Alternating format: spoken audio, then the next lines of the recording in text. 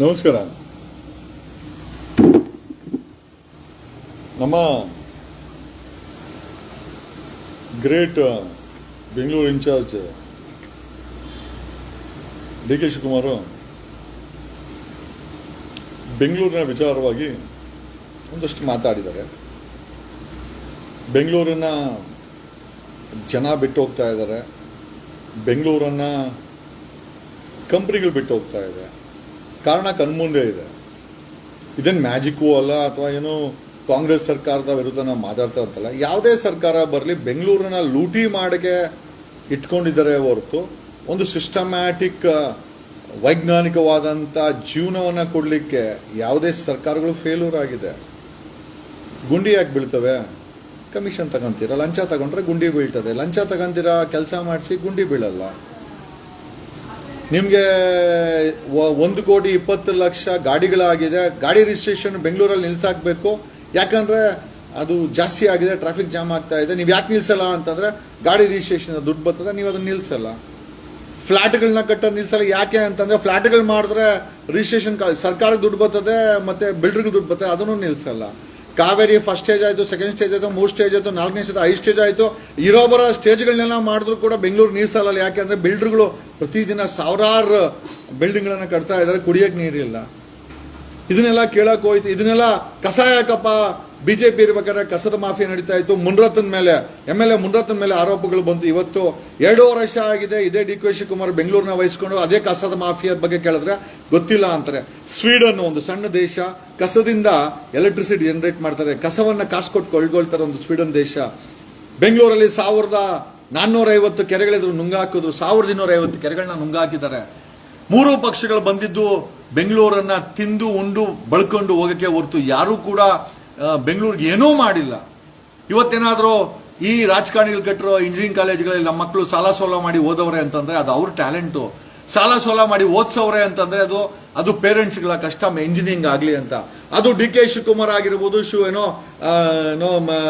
ನೋಡಿಕೊಲ್ಲ ಸಿದ್ದರಾಮಯ್ಯನ ಆಗಿರ್ಬೋದು ಅಥವಾ ಅಶೋಕ್ ಆಗಿರ್ಬೋದು, ಯಾರ್ದು ಬಳುವಳಿ ಅಲ್ಲ. ಇವ್ರದ್ದು ಬಳುವಳಿ ಏನು ಅಂತಂದರೆ ಬೆಂಗಳೂರನ್ನು, ಕರ್ನಾಟಕವನ್ನೇ ಅವ್ರಿಗೆ ಇಷ್ಟಕ್ಕೆ ಬೇಕಾದಂಗೆ ಬಳಸ್ಕೊಂಡಿದ್ದಾರೆ. ಅದು ಅವ್ರ ಬಳುವಳಿ. ಯಾರೋ ಮೋದಿ ಬಂದು ಬೆಂಗಳೂರು ಬಗ್ಗೆ ಹೇಳಿದ್ರೆ ಅದೇನು ಬ್ರ್ಯಾಂಡ್ ಅಲ್ಲ ಗುರು.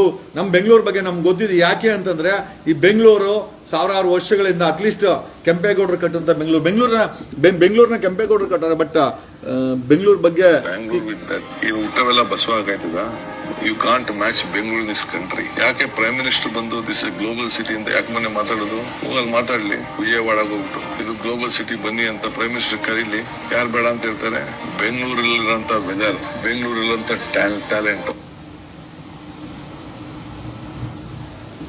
ಬೆಂಗಳೂರಲ್ಲಿರೋ ವೆದರ್ ಖಂಡಿತ ಅದು ನೈಸರ್ಗಿಕವಾದಂಥದ್ದು.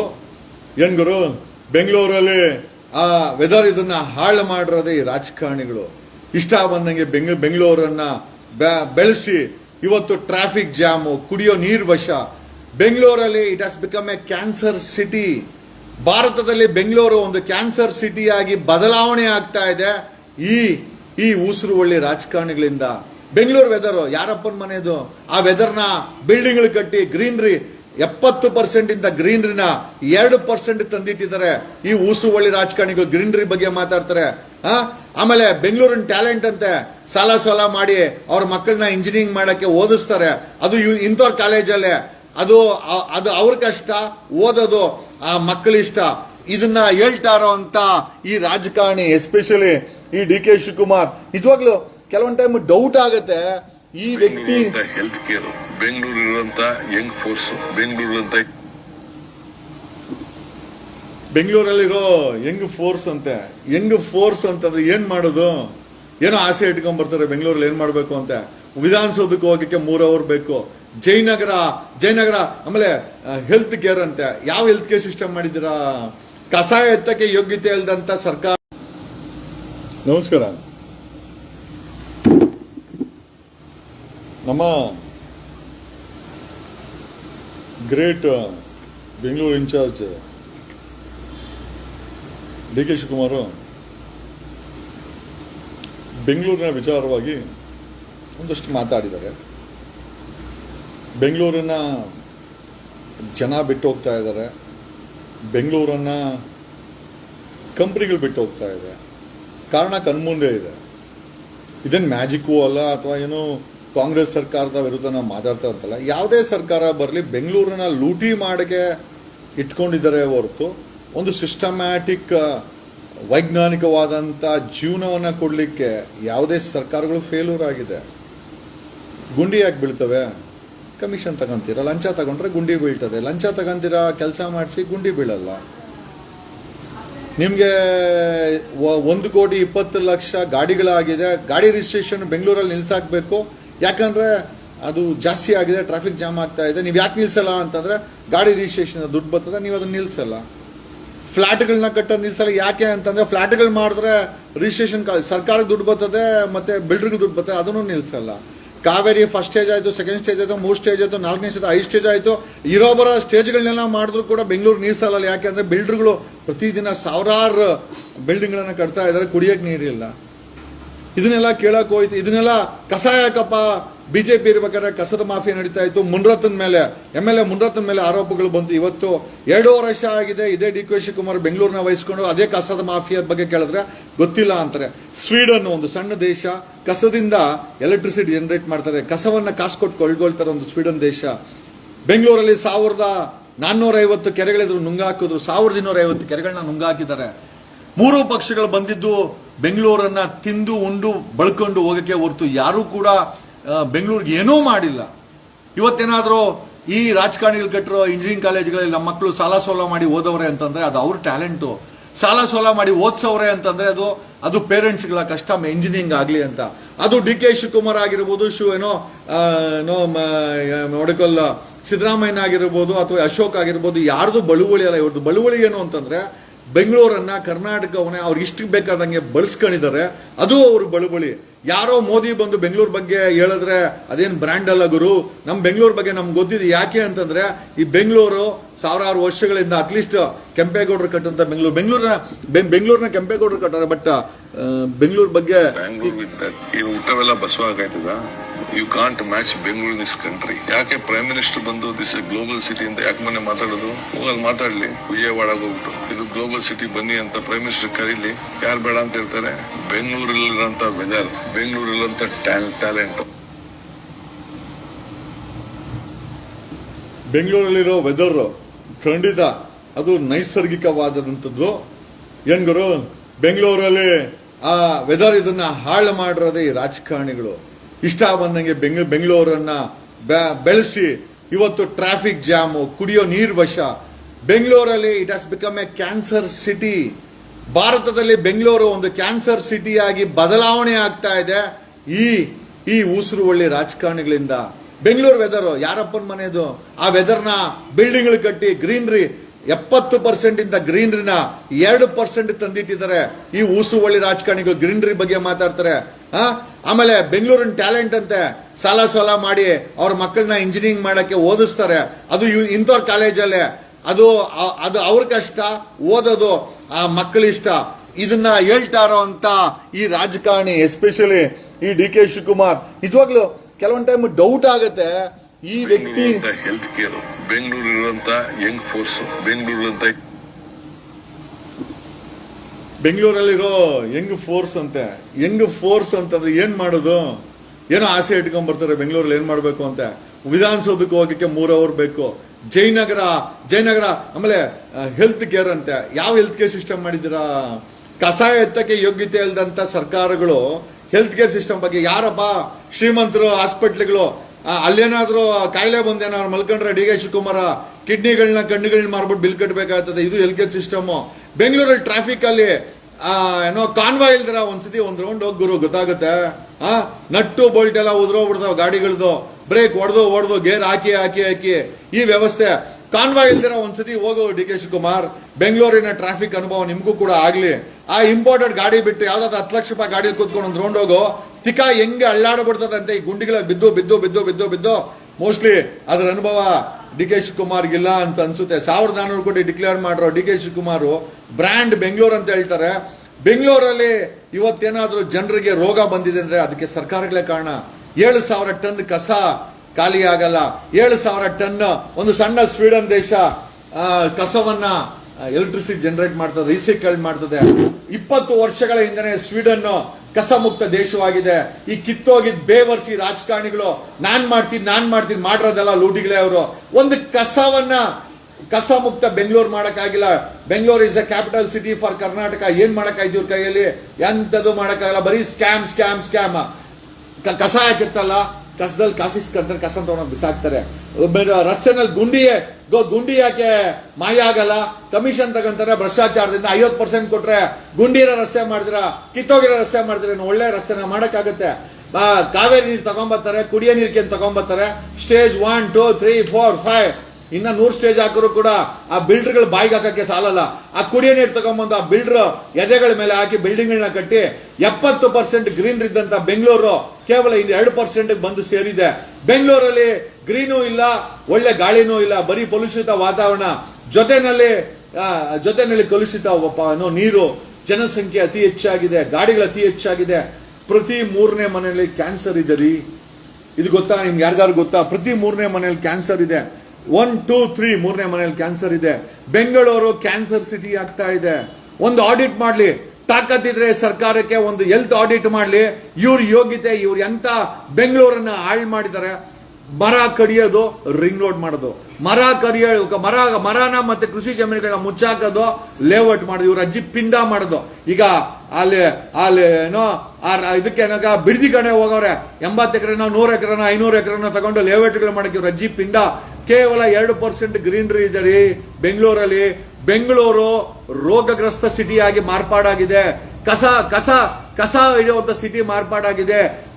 ಬೇಸಿಗೆ ಬಂದ್ರೆ ಕುಡಿಯಕ್ಕೆ ನೀರು ಸಿಕ್ಕಲ್ಲ, ಮಳೆಗಾಲ ಬಂದ್ರೆ ಬೋಟ್ ತಗೊಳ್ಬೇಕು, ಎಲ್ಲಿ ನೋಡಿದ್ರು ಕಸ. ಇಲ್ಲಿಂದ 10 ಕಿಲೋಮೀಟರ್ ವಿಧಾನಸೌಧಕ್ಕೆ ನಾನು ಹೋಗ್ಲಿಕ್ಕೆ 3 ಅವರ್ ಬೇಕು, ಜೈನರು ಹೋಗಕ್ಕೆ 6 ಅವರ್ ಬೇಕು. ಟ್ರಾವೆಲಿಂಗ್ ಎಲ್ಲ 6 ಅವರ್ ಕಳೆದ್ರೆ ನಮ್ ಬೆಂಗಳೂರು ಸಿಟಿ ಏನ್ ಮಾಡಿಟ್ಟಿದ್ದಾರ್ರಿ? ಬರೀ ಬಿಲ್ಡಿಂಗ್ ಕಟ್ಟು ಮಾರು, ಅಪಾರ್ಟ್ಮೆಂಟ್ ಕಟ್ಟು ಮಾರು.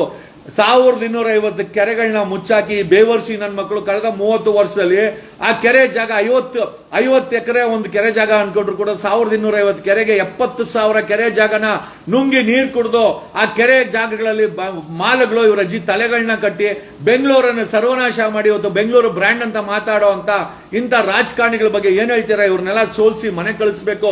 ಇವ್ರ ಆಸ್ತಿ ಜಾಸ್ತಿ ಮಾಡ್ಕೊಳಕ್ಕೆ, ಇವರು ಸಿಎಂಗಳಾಗಕ್ಕೆ ಬರೀ ಇಷ್ಟೇ ಬಂದಿರೋ ಹೊರತು ಯಾವುದೇ ಕಾರಣಕ್ಕೂ ಸಾಮಾನ್ಯ ಜನರ ಮುಖದಲ್ಲಿ ನಗು ತರಕ್ಕೆ ಖಂಡಿತ ಬಂದಿಲ್ಲ. ಇಂಥ ಏಸಿಗೆ ರಾಜಕಾರಣಿಗಳನ್ನ 224ರಲ್ಲಿ ಕೇವಲ 1-2% ಒಳ್ಳೆಯವರು ಇರಬಹುದ್ರಿ.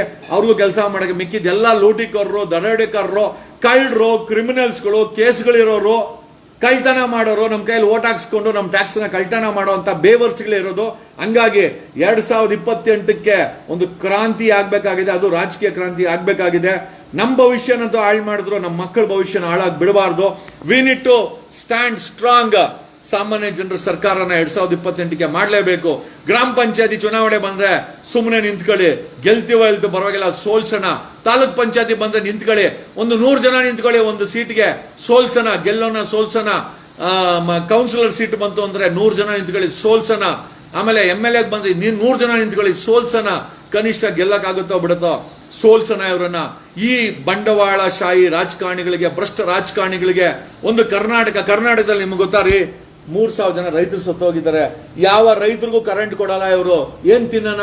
ಬೆಳಗ್ಗೆ ಎದ್ರೆ KDB, ರಿಂಗ್ ರೋಡು, ಏರ್ಪೋರ್ಟ್, ಇವ್ರ ಅಜ್ಜಿ ತಲೆ ಬರೀ ಅಭಿವೃದ್ಧಿ. KDB ಲ್ಯಾಂಡ್ಗಳನ್ನ ಅಕ್ವೈರ್ ಮಾಡ್ಕೊಂಡು ಬಂಡವಾಳಶಾಹಿಗಳಿಗೆ ಅವ್ರಿಗೆ ಕೊಟ್ಟುಬಿಟ್ಟು ಅವರು 1000 ಕೋಟಿಗೆ ಮಾರ್ಕಂತಾರೆ.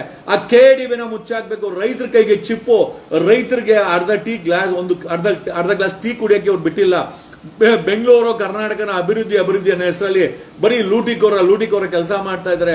KDB ಅಂತ ಅಕ್ವೈರ್ ಮಾಡ್ಕೊಳೋದು, 200-300 ಎಕರೆ BPL ಓನರ್ ಆ ರಾಜು ಚಂದ್ರಶೇಖರ್ ಅವ್ರ ಮಾವನ್ ಕೊಡೋದು, ಅವನು 10 ವರ್ಷ ಬಿಟ್ಟು ಅದನ್ನ ಏನೋ ಮಾಡಿದ್ರೆ ಯಾರಿಗೋ ಬೇರೆಯವ್ರಿಗೆ ಮಾರ್ಕೊಂಡು 1000 ಕೋಟಿ ದುಡ್ಡು ಮಾಡ್ಕೊಳೋದು. ರೈತರ ಜಮೀನುಗಳನ್ನ ಲೇಔಟ್ಗಳು ಮಾಡೋದು, ಬರೀ ಲೇಔಟ್ಗಳು ಮಾಡೋದು. ಬೆಂಗಳೂರು ತುಂಬಾ ಬರೀ ಮನೆಗಳವೆ, ಅಪಾರ್ಟ್ಮೆಂಟ್ ಅವೈತೆ, ಬರೀ ಕ್ಯಾನ್ಸರ್ ಐತೆ. ಬೆಂಗಳೂರು ತುಂಬಾ ಬರೀ ಕ್ಯಾನ್ಸರ್ ಇರೋದು. ಏನೋ DK ಶಿವಕುಮಾರ್ ಫ್ಲೈಟ್ ಅಲ್ಲಿ ಓಡಾಡ್ತಾನೆ, ಹೆಲಿಕಾಪ್ಟರ್ ಅಲ್ಲಿ ಓಡಾಡ್ತಾನೆ, ಮನೇಲಿ ಒಂದು 5 ಲಕ್ಷ ರೂಪಾಯಿ ಫಿಲ್ಟರ್ ಹಾಕ್ಸ್ಕೊಂಡವನೆ, ಸದಾಶಿವದಲ್ಲಿ ಮನೆ. ಎಲ್ಲರಿಗೂ ಅಂತ ಭಾಗ್ಯ ಇರ್ಬೇಕಲ್ಲ. ಈ ಬೆಂಗಳೂರಲ್ಲಿ ದುಡಿಯೋದು EMI ಕಟ್ಟಕ್ಸಲ್ಲ, ದುಡಿಯೋದು ಮಕ್ಕಳ ಫೀಸ್ ಕಟ್ಟಕ್ಕಾಗಲ್ಲ. ಇವತ್ತು ರೈತರಿಗೆ ಯಾವುದೇ ಆಮದಾನಿ ಇಲ್ಲ. ರೈತರು 3,000 ಜನ ರೈತರು ನೇಣಕಂಡು ಸತ್ತೋಗವ್ರೆ. ಮಕ್ಕಳಿಗೆ ಫೀಸ್ ಕಟ್ಟಕ್ಕಾಗಲ್ಲ, EMI ಕಟ್ಟಕ್ಕಾಗಲ್ಲ. ಇಂಥ ಬೇವರ್ಸಿ ರಾಜಕಾರಣಿಗಳು, ಕನಿಷ್ಠ ಒಂದು ಆ ಧರ್ಮಸ್ಥಳದ ವಿಚಾರದಲ್ಲಿ ನ್ಯಾಯ ಕೊಡಕ್ಕೆ ಯೋಗ್ಯತೆ ಇಲ್ಲದಂತ ರಾಜಕಾರಣಿಗಳು ಇವತ್ತು ಕರ್ನಾಟಕದಲ್ಲಿ ರಾಷ್ಟ್ರದಲ್ಲಿ ಇದ್ದಾರಾದ್ರೆ ಬದಲಾವಣೆ ಆಗ್ಬೇಕ್ರಿ. We need Che Guevara, we need Nelson Mandela, we once again need Gandhi ಮತ್ತೆ ಗಾಂಧಿ ಬೇಕಾಗಿದೆ, ಮತ್ತೆ ನೆಲ್ಸನ್ ಮಂಡೇಲಾ ಬೇಕಾಗಿದೆ, ಮತ್ತೆ ಚಿ ಗೆವಾರೋ ಬೇಕಾಗಿದೆ. Okay, I mean this is what ಒಂದು ಕ್ರಾಂತಿ ಆಗ್ಬೇಕಾಗಿದೆ. ಯಾಕೆ ಅಂತಂದ್ರೆ ಬದಲಾವಣೆ ಖಂಡಿತ ಬೇಕಾಗಿದೆ. ನಮ್ಮನ್ನ ಪ್ರತಿ 4 ಲಕ್ಷ ಕೋಟಿ ರೂಪಾಯಿನ ಬರೀ ಮಾರ್ಕಂಡ್ ತಿನ್ನೋ ಅಂತ ಬೇವರ್ಸಿಗಳು, ಬಜೆಟ್ ಮಾಡದೆ ಬಳು ತಿನ್ನಕ್ಕೆ ಇವರು, ಬೇರೆ ಏನಕ್ಕೂ ಅಲ್ಲ, ನಮ್ಗೆ ಏನಕ್ಕೂ ಉಪಯೋಗ ಬರಲ್ಲ. ಬರೀ ಭಾಗ್ಯ ಕೈ ಸಿಕ್ಕಿರೋದು ಏನ್ ಗೊತ್ತಾ, ಚಿಪ್ಪಿನ ಭಾಗ್ಯ. ಯಾರಿಗೂ ಹೆಲ್ಪ್ ಇಲ್ಲ, ಯಾರಿಗೂ 97% people are in sad face. ನಾನು 97% ಜನ ಬೇಜಾರಲ್ಲಿದ್ದಾರೆ. ಸಂಪಾದನೆ ಇಲ್ಲ, ಮಕ್ಕಳ ಫೀಸ್ ಕಟ್ಟಕ್ಕಾಗ್ತಾ ಇಲ್ಲ, ಭವಿಷ್ಯ ಇಲ್ಲ, ಜೇಬಲ್ ಕಾಸಿಲ್ಲ, ಬ್ಯಾಂಕಲ್ಲಿ ಕಾಸಿಲ್ಲ. ಹಾಗಾಗಿ ಈ ಒಂದು ಬದಲಾವಣೆ ಈ ಕರ್ನಾಟಕದಲ್ಲಿ ಮಾಡಬೇಕಾಗಿದೆ. ಫ್ರೀ ಎಜುಕೇಶನ್, ಫ್ರೀ ಹೆಲ್ತ್, ನಿಮ್ ಜೇಬಲ್ಲಿ ಕಾಸು ಇರ್ಬೇಕ್ರಿ, ನಿಮ್ ಬ್ಯಾಂಕಲ್ಲಿ ದುಡ್ಡು ಇರಬೇಕು. ನಿಮ್ ಬ್ಯಾಂಕಲ್ಲಿ ದುಡ್ಡು, ನಾನು CM ಆದ್ರೆ ನಿಮ್ಮ ಜೇಬಲ್ಲಿ ಕಾಸು ಮಡಗ್ತೀನಿ. ನಿಮ್ಮ ಬ್ಯಾಂಕಲ್ಲಿ ಕೋಟ್ಯಾಂತರ ರೂಪಾಯಿ, ಲಕ್ಷಾಂತರ ರೂಪಾಯಿ ದುಡ್ಡು ಆರೋದು ಇರಬೇಕು. ಆಮೇಲೆ ನಿಮ್ ಬ್ಯಾಂಕಲ್ಲಿ ದುಡ್ಡಿದ್ದಾಗ, ನಿಮ್ ಜೇಬಲ್ಲಿ ದುಡ್ಡಿದ್ದಾಗ ನಮ್ದು ಅವತ್ತು ಸುವರ್ಣ ಸರ್ಕಾರ ಅಂತ. ಯಾವ ರೈತನು ಕೂಡ ನೇಣು ಹಾಕೊಂಬಾರ್ದು, ಯಾವ ರೋಡಲ್ಲೂ ಕೂಡ ಟೋಲ್ ಗೇಟ್ ಇರಬಾರ್ದು. ಟೋಲ್ ಗೇಟ್ ಮುಕ್ತ ಕರ್ನಾಟಕ, ಡ್ರಗ್ಸ್ ಮುಕ್ತ ಕರ್ನಾಟಕ, ರೇಪ್ ಅಂಡ್ ಕ್ರೈಮ್ ಮುಕ್ತ ಕರ್ನಾಟಕ, ಹೆಣ್ಮಕ್ಳು ಮಧ್ಯರಾತ್ರಿಲೂ ಕೂಡ ಓಡಾಡಬೇಕು. ಆ ಕರ್ನಾಟಕ, ಆ ಸುವರ್ಣ ಕರ್ನಾಟಕವನ್ನು ನಾವೆಲ್ಲ ಸೇರಿ ನಿರ್ಮಾಣ ಮಾಡಬೇಕಾಗಿದೆ.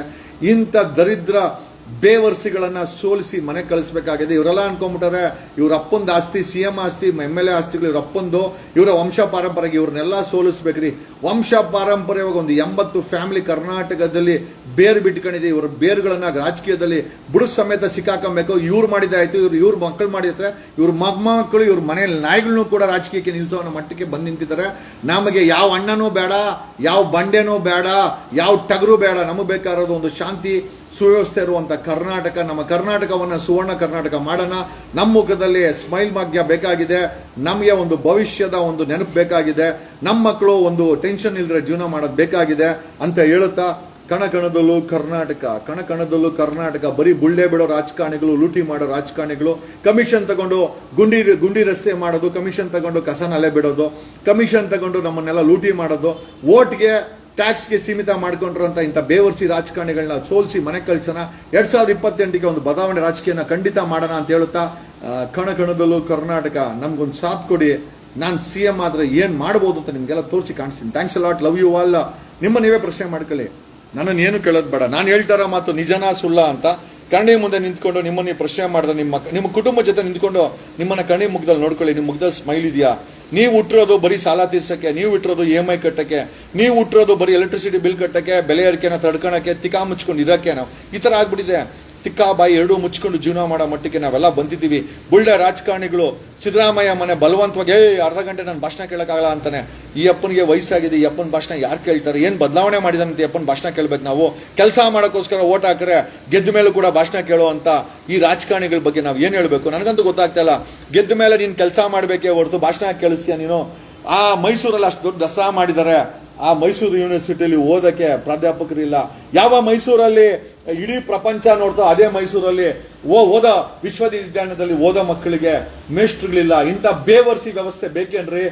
ಸಡಗರ ಸಂಭ್ರಮಗಳಿಗೆ ಕೋಟ್ಯಾಂತರ ರೂಪಾಯಿ ಖರ್ಚು ಮಾಡಿ ಜನಗಳಿಗೆ ಮಂಕು ತುಂಬೋ ನಾವುಗಳು ನಿಜವಾದಂತ ಆಸ್ಪತ್ರೆಗಳನ್ನ ಕಟ್ಟಿಲ್ಲ. ಬಡವರಿಗೆ ಆಸ್ಪತ್ರೆ ಇಲ್ಲ, ಸಾಮಾನ್ಯ ಜನರಿಗೆ ಆಸ್ಪತ್ರೆ ಇಲ್ಲ, ಓದಕ್ಕೆ ಸ್ಕೂಲ್ ಇಲ್ಲ. ಮೈಸೂರು ಯೂನಿವರ್ಸಿಟಿಲಿ ಹೇಳ್ಕೊಡಕ್ಕೆ ಮೇಷ್ಟ್ರು ಇಲ್ಲ. ಇಂಥ ದರಿದ್ರ ವ್ಯವಸ್ಥೆಗೆ ಬಣ್ಣ ಕಟ್ಟಿ ತೋರಿಸೋ ಅಂತ, ಬಣ್ಣ ಕಟ್ಟಿ ಮೆರೆಯೋ ಅಂತ ಈ ರಾಜಕಾರಣಿಗಳನ್ನ ಒಡೆದು ಓಡಿಸಬೇಕಾದಂತ ಪರಿಸ್ಥಿತಿ ಬಂದಿದೆ. Will all work together, we will ensure. ನಾನು ಕೊನೆಗಾಗಿ ಹೇಳ್ತೀನಿ, ಧರ್ಮಸ್ಥಳ ವಿಚಾರದಲ್ಲಿ ಸಿದ್ದರಾಮಯ್ಯ ಸರ್ಕಾರ, ಕಾಂಗ್ರೆಸ್ ಸರ್ಕಾರ ಅನ್ಯಾಯ ಮಾಡಿದ್ರೆ ಖಂಡಿತ ನನಗನ್ನಿಸ್ತಾ ಇರೋದು ಒಂದಲ್ಲ ನಿಮ್ದೇ ಸರ್ಕಾರದ ಸಮಯದಲ್ಲಿ ಕರ್ನಾಟಕ ನೇಪಾಳ ಆಗಿ ಬದಲಾವಣೆ ಆಗೋದ್ರಲ್ಲಿ ಒಂದು ಕ್ಷಣ ಸಾಕು. ನೇಪಾಳ ಆಗಬಾರ್ದು ಅನ್ನೋದು ನಮ್ಮ ಪ್ರಾರ್ಥನೆ. ನೇಪಾಳ ಆಗಬಾರ್ದು, ಆಗಲೇಬೇಕು ಅನ್ನೋದ ನೀವು ಡಿಸೈಡ್. ಮೂರು ಪಾರ್ಟಿಯವರು ಕೊಲೆಗಾರರ ಪರವಾಗಿ ನಿಂತ್ಕೊಂಡು ಮುಚ್ಚಾಕಿದ್ರೆ ಖಂಡಿತವಾಗಿ ಕರ್ನಾಟಕದಲ್ಲಿ ಒಂದು ಕ್ರಾಂತಿ ಅಂತೂ ಆಗೇ ಆಗುತ್ತೆ. ಮೂರು ಪಕ್ಷದ ರಾಜಕಾರಣಿಗಳಿಗೆ ವಾಂತಿ ಅಂತೂ ಆಗೇ ಆಗುತ್ತೆ. We want justice. ನಮಗೆ ನ್ಯಾಯ ಬೇಕಾಗಿದೆ. ಧರ್ಮಸ್ಥಳದ ವಿಚಾರದಲ್ಲಿ ಅನ್ಯಾಯ ಆಯಿತು, ನೇಪಾಳದ ಚಾಪ್ಟರ್ ಖಂಡಿತ ಆಗುತ್ತೆ ಅಂತ ನನಗೆ ಮನಸ್ಸಿಗೆ ಸ್ಟ್ರಾಂಗ್ ಆಗಿ ಅನ್ನಿಸ್ತಾ ಇದೆ. ನನಗೊತ್ತಿಲ್ಲ. Test yourself. ಮೂರು ಪಾರ್ಟಿಗಳು ನಿಮ್ಮ ಮನೆ ಬರೋಣ ಟೆಸ್ಟ್ ಮಾಡ್ಕೊಳ್ಳಿ. Okay, thanks a lot, love you all. ನಮ್ಮ ಕನಸು ಸುವರ್ಣ ಕರ್ನಾಟಕ. ನಮ್ಮ ಕನಸು ಪ್ರತಿಯೊಬ್ಬ ಕನ್ನಡಿಗನ ಮುಖದಲ್ಲಿ ಒಂದು ಕಳೆ ಮತ್ತೆ ಒಂದು ಸ್ಮೈಲ್ ಬೇಕಾಗಿದೆ. ಅದನ್ನು ತಂದೆ ತರ್ತೀವಿ. ನಿಮ್ಮನ್ನ ಬಲಿ ಕೊಟ್ಟಾದ್ರೂ ಪರವಾಗಿಲ್ಲ, ನಿಮ್ಮನ್ನ ಜೈಲ್ಗೆ ಹಾಕಾದ್ರೂ ಪರವಾಗಿಲ್ಲ, ನಿಮ್ಮನ್ನ ಕಿತ್ತು ಬಿಸಿ ಹಾಕಿದ್ರೂ ಪರವಾಗಿಲ್ಲ. But we are gone to bring back the Suvarna Karnataka. Suvarna Karnataka ಅಂದ್ರೆ ಲೈ ಯಾರೋ 3% ರಾಜಕಾರಣಿಗಳು ಬಂಡವಾಳಶಾಹಿಗಳ ಹತ್ರ ಸಾವಿರಾರು ಕೋಟಿ ಇರೋದಲ್ಲ ಕಣೋ. ನಮ್ಮ 6 ಕೋಟಿ ಕನ್ನಡಿಗರ ಜೇಬಲ್ಲಿ ಕೈ ತುಂಬ ಕಾಸಿರ್ಬೇಕು, ಬ್ಯಾಂಕಲ್ಲಿ ಅಕೌಂಟ್ ತುಂಬಾ ದುಡ್ಡು ಇರಬೇಕು, ನೆಮ್ಮದಿಯಾಗಿ ಅವ್ರ ಮುಖ ತುಂಬಾ ಸ್ಮೈಲ್ ಇರಬೇಕು. ಅದು ಸುವರ್ಣ ಕರ್ನಾಟಕ. ಆ ಸುವರ್ಣ ಕರ್ನಾಟಕವನ್ನು ಜಾತ್ಯತೀತವಾಗಿ ಧರ್ಮ ಜಾತಿಗಳನ್ನ ಬಿಟ್ಟು ತಂದೆ ತರ್ತೀವಿ. 2028ಕ್ಕೆ we will bring back smile Bhagya. Siddaramaiah ಹೇಳ್ತಾನೆ ಪಂಚಭಾಗ್ಯ. ಇಲ್ಲ, ನಾನು ಯಾವ ಭಾಗ್ಯನೂ ಮಾತಾಡಕ್ ಹೋಗಲ್ಲ. ನಾನು ಸಿಎಂ ಆದ್ರೆ ನಿಮ್ಮೆಲ್ಲರ ಮುಖದಲ್ಲಿ ಸ್ಮೈಲ್ ಭಾಗ್ಯ ತಗೊಂಡ್ಬರ್ತೀನಿ. ನಿಮ್ ಮುಖದಲ್ಲಿ ಸ್ಮೈಲ್ ಇರಬೇಕು, ಅದೇ ನನ್ನ ಧ್ಯೇಯ. ನಿಮ್ಮ ಜೇಬಲ್ ಕಾಸಿರ್ಬೇಕು, ನಿಮ್ಮ ಅಕೌಂಟ್ ಅಲ್ಲಿ ದುಡ್ಡು ಇರಬೇಕು, ಲಕ್ಷಾಂತರ ಕೋಟ್ಯಾಂತರ ಕೋಟಿ ದುಡ್ಡು ಇರಬೇಕು, ಅದೇ ನನ್ನ ಧ್ಯೇಯ. V will bring back economical reforms, financial reforms. ನಿಮ್ಮ ಜೇಬಲ್ಲಿ ದುಡ್ಡು ಹರಿದಾಡ್ಬೇಕ್ರಿ, ನಿಮ್ಮ ಬ್ಯಾಂಕಲ್ಲಿ ದುಡ್ಡು ಹರಿದಾಡಬೇಕು, ನಿಮ್ಮ ಮುಖದಲ್ಲಿ ನಗು ತುಂಬಿ ತುಳುಕ್ಬೇಕು. ಇದೇ ನಮ್ಮ ಮಿಷನ್ 2028ಕ್ಕೆ ನಾನು ಯಾವ ಭಾಗ್ಯನೂ ಕೊಡ್ತೀನಿ ಹೇಳಲ್ಲ. ನಾನು ಕೊಡೋದು ಒಂದೇ ಭಾಗ್ಯ. We want smile back on our citizen. ನಮ್ಮ ಕನ್ನಡಿಗರ ಮುಖದಲ್ಲಿ ಸ್ಮೈಲ್ ಬೇಕು.